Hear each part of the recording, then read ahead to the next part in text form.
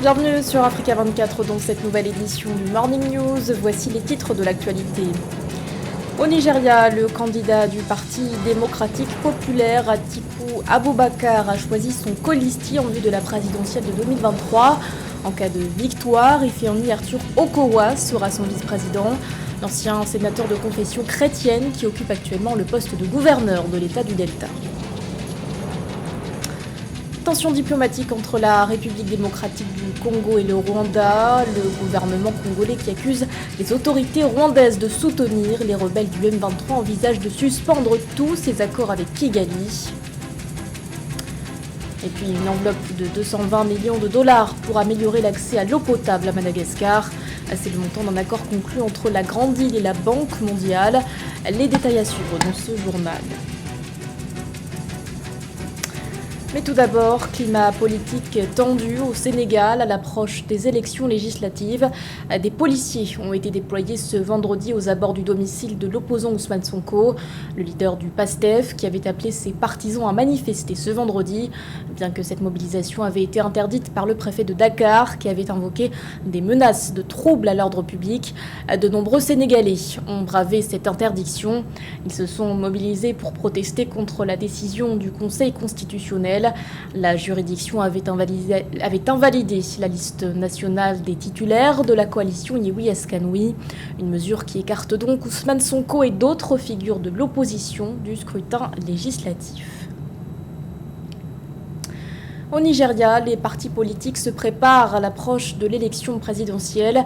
Ce 16 juin, le principal candidat de l'opposition, Atiku Abubakar, a choisi son colistier en vue de ce scrutin prévu pour 2023. Il s'agit de Ifeanyi Arthur Okowa, l'actuel gouverneur de l'État du Delta. Plus de précisions dans ce sujet de Gradiela Tchakounte et Ossiam Kwasi. Atiku Okowa. C'est le ticket du Parti démocratique populaire pour la présidentielle de 2023 au Nigeria. Le principal candidat de l'opposition a annoncé le choix de son colistier lors d'un point presse ce jeudi à Lagos. Ifeanyi Okowa, chrétien de 62 ans, est actuellement gouverneur de l'État du Delta. Il sera donc vice-président en cas de victoire. Laissez-moi vous dire que la personne que j'ai choisie en tant que colistier possède toutes ces qualités. Il représente le futur auquel la jeunesse aspire et mérite. C'est un gouverneur dévoué qui a prouvé à travers sa conduite que gouverner est avant tout être au service du peuple. Sans surprise, c'est un colistier originaire du sud du pays, majoritairement chrétien, qui a été choisi par Atiku Abubakar dans le souci de se conformer aux équilibres géopolitiques dans un pays qui compte plus de 250 groupes ethniques et où les tensions communautaires sont récurrentes.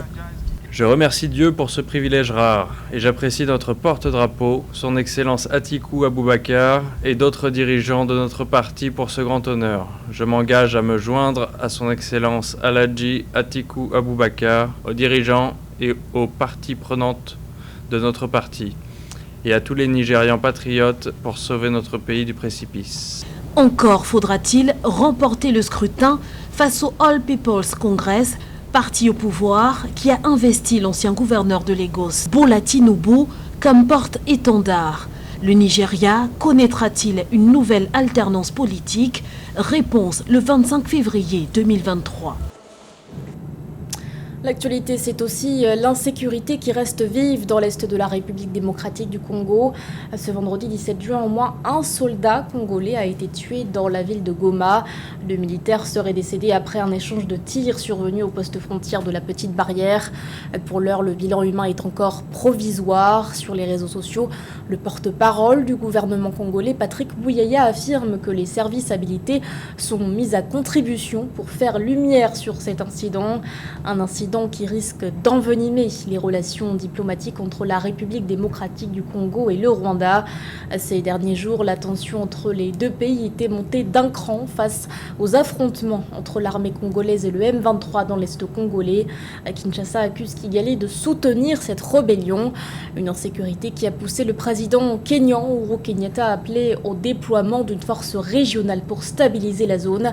Il faut dire que les tensions entre les deux États sont telles que le Conseil suprême supérieur de la défense congolais appelle à la suspension de tous les accords et conventions conclus avec le Rwanda. Écoutons à ce propos le porte-parole du gouvernement, Patrick Muyaya.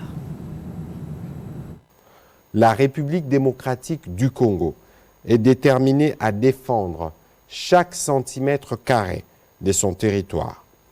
Tirant les conséquences de cette situation et consécutivement à la réunion du 27 mai 2022, le Conseil supérieur de la défense a pris des mesures suivantes. 1. L'exigence faite au Rwanda de procéder au retrait immédiat de ses troupes sous couvert du groupe terroriste M23 du sol congolais. 2. La demande formulée au gouvernement de la République démocratique du Congo de suspendre tous les protocoles d'accord, accords et conventions conclus avec le Rwanda. Par ailleurs, le Conseil supérieur de la défense salue les efforts de paix et de médiation engagés par le président João Lourenço de la République d'Angola dans le cadre de la conférence internationale sur la région de Grand Lac CIRGL et le président Uhuru Kenyatta de la République du Kenya dans le cadre de la communauté de l'Afrique de l'Est. Le Conseil supérieur de la défense a également salué la forte mobilisation patriotique de la population congolaise pour le soutien indéfectible à nos forces de défense et de sécurité. Les Seychelles célébreront le 29 juin prochain leur fête nationale. Pour l'occasion, retour sur les initiatives prises par l'archipel pour assurer sa transition numérique. Face à une demande en connectivité à haut débit croissante, les Seychelles avaient d'ailleurs installé en mars dernier un nouveau câble sous-marin de fibre optique. Une avancée qui devrait se traduire par une réduction du coût de l'accès à Internet. Les détails avec Nathalie Mou. La pandémie de Covid-19 qui a ralenti l'activité économique des Seychelles a fait prendre conscience au gouvernement de l'intérêt d'une transition numérique dans le pays. Des perspectives de la Banque africaine de développement indiquent que l'inflation qui devrait baisser à 6,41% en 2022 et 1,5% en 2023 avec l'amélioration de la situation des chaînes d'approvisionnement sera notamment portée par la finance numérique et les TIC dont la croissance attendue est de 7% cette année. L'industrie des services financiers des Seychelles est en plein essor grâce à l'adoption de nouvelles innovations numériques de pointe telles les fintech et la blockchain.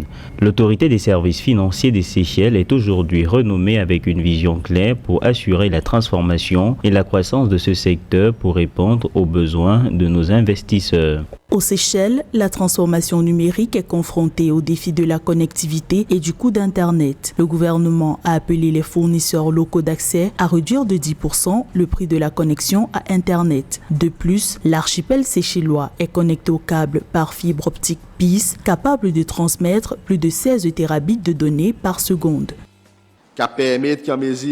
Jusqu'à présent, le département des technologies de l'information et de la communication a suivi des mesures visant à accroître la concurrence en ce qui concerne les fournisseurs d'accès à Internet pour faire baisser les prix. L'économie numérique exigera que la majorité des citoyens du pays aient accès à des connexions Internet abordables et de bonne qualité. Le système financier des Seychelles sera entièrement numérique d'ici 2023. Pour faire face au choc économique actuel, guerre russo-ukrainienne et changement climatique, les Seychelles veulent numériser l'ensemble des services. La transformation numérique que choisit le gouvernement vise à augmenter l'efficacité gouvernementale et la productivité économique de l'archipel. À Madagascar, les habitants sont régulièrement confrontés à des coupures d'eau. Pour résoudre ce problème, la Banque mondiale va débourser 220 millions de dollars au profit de la Grande Île. Avec cette enveloppe, plus de 500 000 personnes devraient bénéficier d'un meilleur accès à l'eau potable dans la zone du Grand Antananarivo. Joël Ballot. À Madagascar, seulement 11,87% des familles, pour une population estimée à 28 millions en 2020, ont accès toute l'année à une source d'eau potable. L'eau étant une denrée rare, le gouvernement malgache, soutenu par la Banque mondiale, a obtenu un financement de 220 millions de dollars pour le projet d'amélioration de l'accès à l'eau potable dans cette ville du pays. Madagascar fait face à une crise de l'eau et d'assainissement étant donné son extrême vulnérabilité aux impacts du changement climatique et aux chocs météorologiques, comme en témoignent les récents cyclones. Ce projet sera essentiel pour réduire l'exposition de la population à l'eau non potable, améliorer les installations sanitaires et l'hygiène dans le pays. Sur la grande île, 54,4% de la population au niveau national bénéficie de l'eau et 12,3% de l'assainissement. Améliorer l'accès à l'eau potable à Antananarivo, la capitale, ainsi que dans certaines villes secondaires du pays, constitue le principal objectif du gouvernement. Aussi, à travers le projet d'amélioration de l'accès à l'eau potable, les autorités malgaches entendent augmenter la production d'eau du Grand Antananarivo de 20%, reconstruire les infrastructures affectées par la série de cyclones. Nous savons que la population dessous du seuil de pauvreté a augmenté, notamment avec ces chocs qui ont eu lieu au niveau de la crise sanitaire qui a immobilisé le pays pendant plusieurs années. On s'interroge sur toute la logistique, les installations techniques et aussi il faut associer à cela une volonté politique.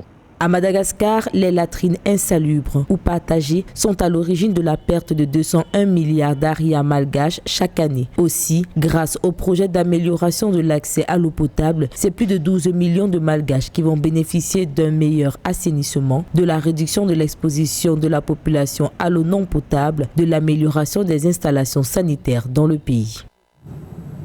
Un mot de sport à présent avec la préparation des sélections à l'approche de la CAN féminine. Le Sénégal et le Cameroun ont disputé ce 15 juin un match amical. Une rencontre qui s'est soldée par un match nul. Le score final 2-2. On fait le point avec José Douglas. Les Sénégalaises ou encore les Lions de la Teranga ont choisi Douala au Cameroun pour démarrer leur préparation avec une double confrontation en match amical contre les Lions indomptables et se sont neutralisés 2 buts partout lors du premier match. Le troisième match de préparation des Lions du Sénégal aura lieu le mercredi 22 juin contre la Guinée-Bissau. Le Sénégal n'a pris part qu'à une seule phase finale de la CAN féminine, celle de 2012 en Guinée équatoriale. Parmi les 22 joueuses, nous retrouvons Mama Diop qui vient de signer un contrat en faveur de l'Olympique de Marseille en D2 française. Il y a aussi Malado Diallo qui évolue dans les sélections U17, U20 et senior du Sénégal cette année. Quant à l'équipe des Lions indomptables, elle sera en France à partir du lundi 20 juin pour affronter l'équipe de France lors d'un match amical le samedi 25 juin 2022 à 21h10 au stade Pierre-Brisson à Beauvais. À noter aussi que la CAF a dévoilé la liste des arbitres de la CAN féminine Total Energy 2022. L'Afrique a fait de sérieux progrès dans le développement des femmes arbitres. Cette liste finale comprend actuellement les meilleurs du continent. Il nous a fallu beaucoup de temps pour en arriver là.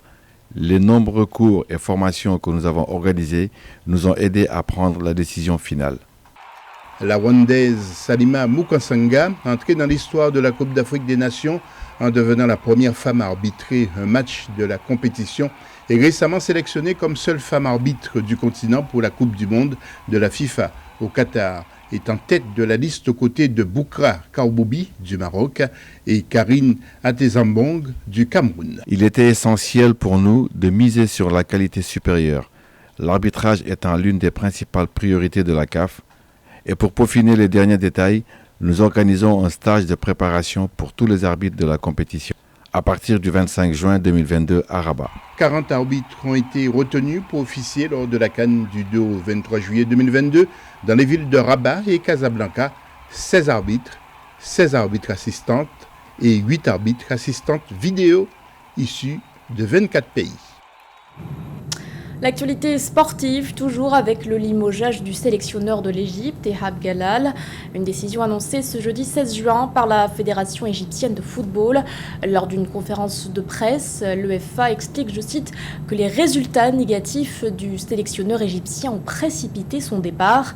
Rappelons que Ehab Galal avait été nommé à ce poste en avril dernier. Cette décision intervient après la défaite de l'Égypte face à l'Éthiopie dans le cadre des éliminatoires de la CAN 2023. Les Pharaons s'étaient inclinés sur un score de 2-0. Ce journal a été réalisé par l'ensemble de la rédaction. Merci de votre fidélité. L'actualité continue sur Africa 24.